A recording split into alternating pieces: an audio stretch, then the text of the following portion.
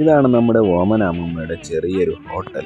അമ്മൂമ്മ അങ്ങനെ ദോശയൊക്കെ ചുട്ടെടുക്കണം. ദോശയ്ക്ക് 2 രൂപയാണ് വില വരുന്നത്. പിന്നെ ഇവിടെ കപ്പയുണ്ട്, പിന്നെ ഇവിടെ ബീഫും ചിക്കനും ഒക്കെ ഉണ്ട്.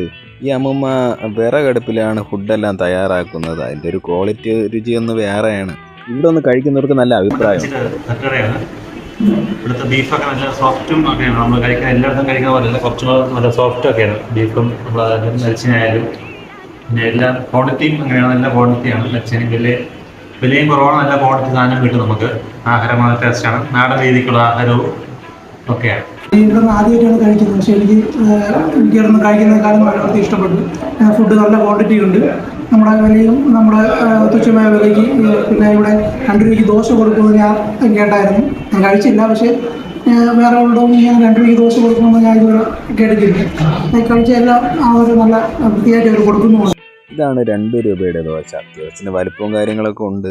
അങ്ങനെ ഞാനും വാങ്ങിച്ചായിരുന്നു. ഞാൻ വാങ്ങിച്ചത് ദോശയും ബീഫ് കറിയാണ് ഞാൻ വാങ്ങിച്ചത്. ഈ ആവിയൊക്കെ പറക്കുമ്പം കഴിക്കാനാണ് കൂടുതലും നല്ലത്.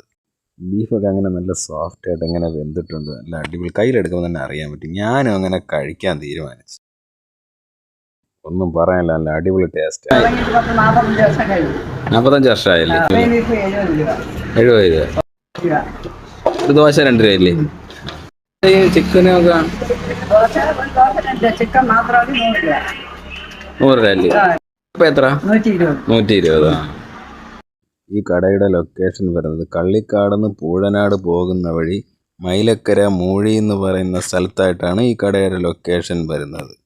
ഗൂഗിൾ മാപ്പിലും അവൈലബിൾ ആണ്. ഓമനമ്മയുടെ കട എന്ന് ടൈപ്പ് ചെയ്താൽ മതി.